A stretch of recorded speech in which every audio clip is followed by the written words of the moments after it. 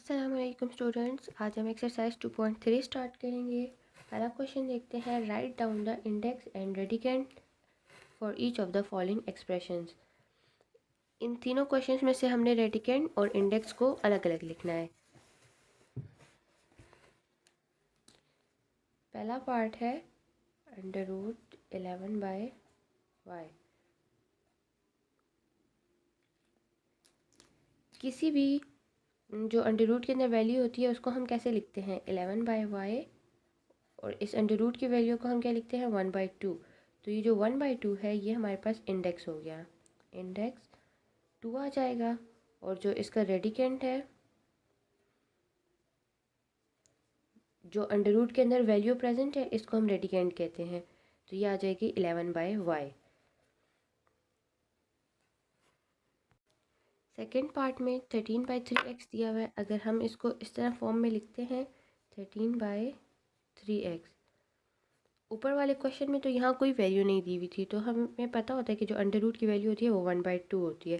लेकिन यहाँ पर 3 दी हुई है, तो यहाँ पर हम 1/3 लिखेंगे। अब यहाँ का इंडेक्स आ जाएगा 3 और रेडिकेंट आ जाएगा 13/3x।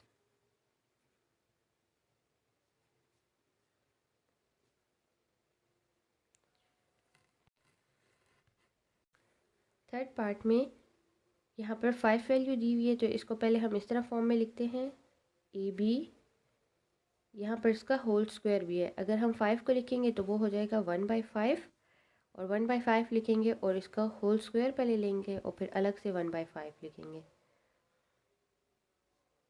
AB ये 2 1 के साथ मल्टीप्लाई हो जाएगा, 2/5 आ जाएगा। इसका इंडेक्स हो गया 5 और इसका रेडिकेंट हो गया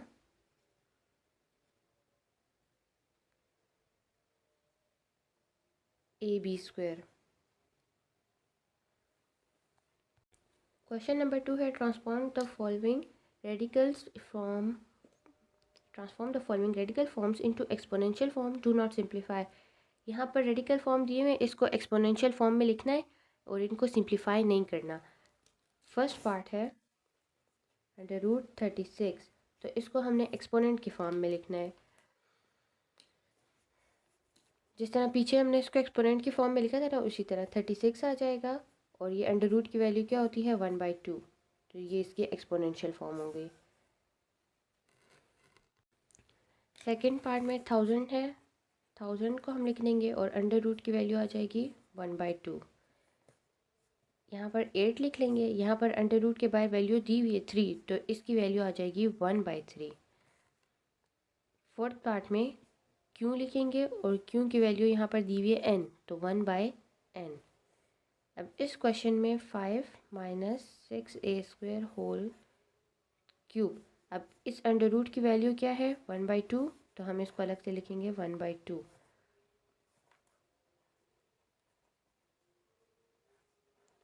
3 1 के साथ मल्टीप्लाई हो जाएगा, 3 1 ज़ार 3/2। तो ये इसकी एक्सपोनेंशियल फॉर्म आ गई। लास्ट पार्ट में -64 है, -64 की एक्सपोनेंशियल फॉर्म यहाँ पर आएगी 3 दी हुई है, तो यहाँ आ जाएगा 1/3। क्वेश्चन नंबर 3 में दिया हुआ है transform the following exponential form of an expression into radical form. इनको एक्सपोनेंशियल फॉर्म में दिया हुआ है, इनको हमने इस तरह के फॉर्म में लिखना है, रेडिकल फॉर्म में। -7 1/3 दिया हुआ है, -7 लिख लेंगे और इसकी रेडिकल की वैल्यू क्या आ जाएगी? 3। यहाँ पर -x है, -x को हम अंडर रूट के अंदर, यहाँ पर x है माइनस नहीं है, x को हम अंडर रूट के अंदर लिख लेंगे। -3 इसकी पावर हो जाएगी। अब यहाँ पर -3 इसके साथ आ गया, यहाँ 1 रह गया, 1/2। तो यहाँ पर ये हमने अंडर रूट लगा लिया, यानी 2 हो गई इसकी पावर। अंडर रूट की वैसे भी जो है हम पावर लगाते हैं ना 1/2, तो ये हो गया अंडर रूट आ गया। -8 को हम अंडर रूट के अंदर लिख लेंगे। 1/5 है, तो यहाँ पर इसके रेडिकेंट इंडेक्स आ जाएगा 5। y को अंडर रूट में लिखेंगे, 3 इसकी पावर हो जाएगी और यहाँ पर आ जाएगा 1, तो 1/4 है, तो यहाँ 4 आ जाएगा, इसका इंडेक्स हो जाएगा 4। b को भी अंडर रूट में लिखेंगे, ये 4 जो है b की पावर हो जाएगी, नीचे 5 दिया हुआ है तो 5 इसका इंडेक्स आ जाएगा। 3x है, 3x को हम अंडर रूट में लिखेंगे, 1/q है तो q जो है इसका इंडेक्स आ जाएगा।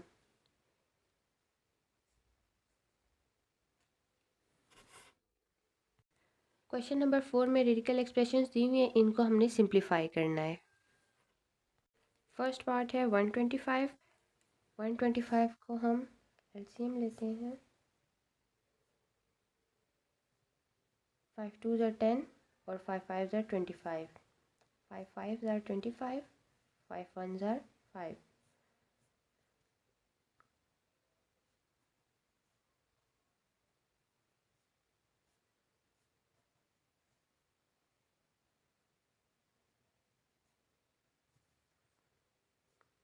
ये तीनों 5 के साथ क्यूब आ जाएगा, 3 5 है तो ये क्यूब हो गया, ये क्यूब इस क्यूब से ख़त्म हो जाएगा तो 5 जो है वो स्क्वायर रूट से क्यूब रूट से बाहर आ जाएगा और सिर्फ एक्स क्यूब रूट रह जाएगा। ये आंसर आ गया। पहले क्वेश्चन की तरह इन दोनों का भी अलग से हम एलसीएम लेंगे। पहले 8 का, 2 4 ज़ा 8, 2 2 ज़ा 4, 2 1 ज़ा 2, 27 का, 3 9 ज़ा 27, 3 3 ज़ा 9, 3 1 ज़ा 3।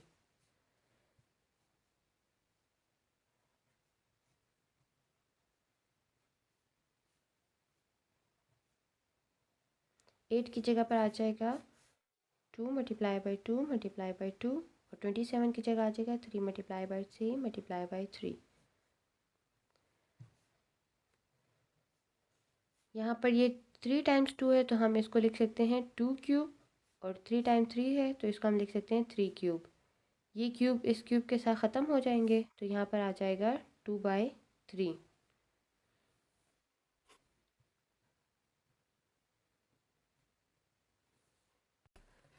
थर्ड क्वेश्चन में हम 625 को 25 पर डिवाइड करते हैं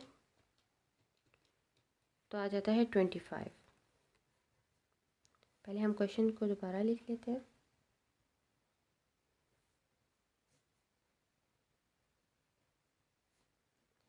सिक्स 25 को 25 पर डिवाइड किए, 25 1 ज़ार 25 और 25 ज़ार 625, तो ऊपर आ गया 25 एक्स क्यूब वाई 4 और नीचे आ जाएगा एक्स वाई स्क्वायर। अब नेक्स्ट स्टेप में जो है हम ये जो x है इसकी पावर है 1, इसको हम ऊपर ले आएंगे। 25 x की पावर यहाँ पर क्या है 3, तो यहाँ पर बेस सेम है तो x ऊपर है, इसको हम एक बार लिख लेंगे 3 माइनस और नीचे x की पावर क्या है 1, तो इसको हम ऊपर लेंगे तो ये माइनस में आ जाएगी पावर। यहाँ पर y की पावर 4 है, नीचे y बेस सेम हो गई तो इसकी पावर को हम ऊपर लेकर आएंगे 4 माइनस 2, तो ये हो जाएगा, यहाँ पर 2 है इसकी पावर तो ये ऊपर आ जाएगा 4 माइनस 2 हो जाएगा। 25 x की पावर आ गई 3 माइनस 1 2 और y की पावर आ गई 4 माइनस 2 2। अब 25 का एलसीएम ले लेते हैं। 5 5 ज़ार 25, 5 1 ज़ार 5, 5 multiply by 5 x square y square. 5 2 times है तो हम इसको 5 स्क्वायर लिख सकते हैं, एक्स स्क्वायर और वाई स्क्वायर। अब इस रेडिकेंड की वैल्यू क्या है, अगर हम इसको करें 5 square x square y square और रेडिकेंड की वैल्यू आ गई 1/2, तो ये इनके साथ ख़त्म हो जाएगी, यानी ये अंडर रूट है इसके साथ ख़त्म हो गया तो आंसर आ गया 5xy।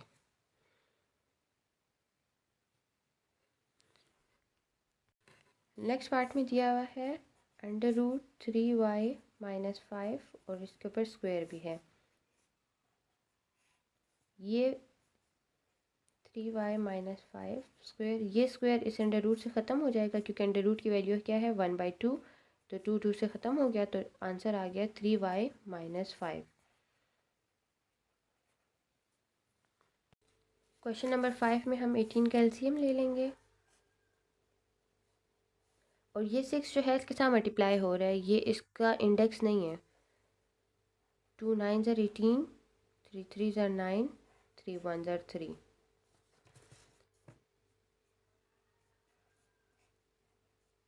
2 multiply by 3 multiply by 3। 3 का स्क्वायर हो गया, 3 2 टाइम्स है तो 3 का स्क्वायर आ गया। ये स्क्वायर इसके साथ ख़त्म हो जाएगा। 6 और 3 बाहर आ जाएगा, 6 मल्टीप्लाई बाई 3 और अंडर रूट में क्या रह जाएगा 2। 6 3 ज़ार 18 और अंडर रूट 2, ये आंसर है। लास्ट क्वेश्चन में हम 54 का एलसीएम ले लेते हैं। 2 2 ज़ार 4, 2 7 ज़ार 14, 3 9 ज़ार 27, 3 3 ज़ार 9, 3 1 ज़ार 3। अब यहाँ पर x का क्यूब है, y का क्यूब है, z का स्क्वायर है। ये जो क्यूब रूट है ये 54 के ऊपर भी है, x पर भी है, y पर भी है और z पर भी है। हम इनको अलग अलग ले लेते हैं। 54 का अलग हो गया, x क्यूब के ऊपर क्यूब रूट अलग आ गया, y के ऊपर अलग और z स्क्वायर के ऊपर अलग से। 54 का हमने जो एलसीएम लिया है क्या आया है 2 multiply by 3 multiply by 3 multiply by 3। ये क्यूब इस क्यूब से ख़त्म हो जाएगा, ये क्यूब इस क्यूब से ख़त्म हो जाएगा, तो आ जाएगा x y और z के ऊपर स्क्वायर है तो यहाँ पर नहीं ख़त्म हो सकता, इसलिए हम इसको ऐसे ही लिखेंगे। यहाँ पर 3 जो है 3 टाइम्स है तो इसको हम ऐसे भी लिख सकते हैं 3 क्यूब। अब ये 3 क्यूब इससे ख़त्म हो जाएगा तो यहाँ आ जाएगा 2 क्यूब रूट और यहाँ x y और z स्क्वायर क्यूब और 3 बाहर आ जाएगा तो 3 इसके साथ इधर मल्टीप्लाई हो रहा होगा। यहाँ हम 3 लिख लेंगे और क्यूब रूट से बाहर क्या कौन कौन सी वैल्यूज़ आ गई थी एक्स वाई, तो 3xy यहाँ आ जाएगा। अब ये जो क्यूब रूट 3 है और क्यूब रूट z स्क्वायर का जो क्यूब रूट है इसको हम लिखते हैं, एक बार हम क्यूब रूट लिख लेंगे 2 और z स्क्वायर, ये आंसर आ जाएगा।